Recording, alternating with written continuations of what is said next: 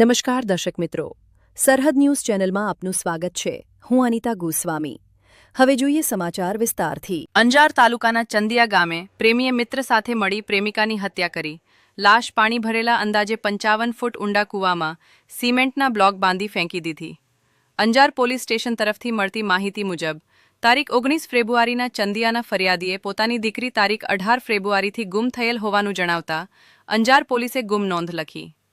પીઆઈએઆર ગોહિલ દ્વારા અલગ અલગ ટીમ બનાવી તપાસ કરતા જાણવા મળેલ કે ચંદિયાના રાજેશભાઈ ભીખાભાઈ રબારી સાથે ગુમ થયેલ યુવતીને પ્રેમ સંબંધ હતો.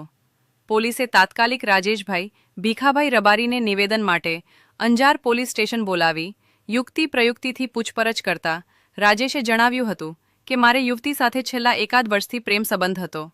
આ દરમિયાન યુવતી પ્રેગ્નન્ટ બની જતા લગ્નનું દબાણ કરતી હતી અને રાજેશ યુવતી સાથે લગ્ન કરવા ઈચ્છતો ન હતો. આથી આરોપીએ તેના મિત્ર રાહુલ રતાભાઈ રબારી રહેઠાણ મખિયાળની મદદથી યુવતીને મારી સિમેન્ટના બ્લોક સાથે બાંધી અવાવરૂ કૂવામાં ફેંકી દીધેલ. પોલીસે તાત્કાલિક ઘટના સ્થળે પહોંચી ભુજ ફાયર ફાઇટરની મદદથી લાશને બહાર કાઢી બંને આરોપીની ધરપકડ કરેલ છે. રિપોર્ટ બળદેવપુરી ગોસ્વામી, સરહદ ન્યૂઝ, કચ્છ.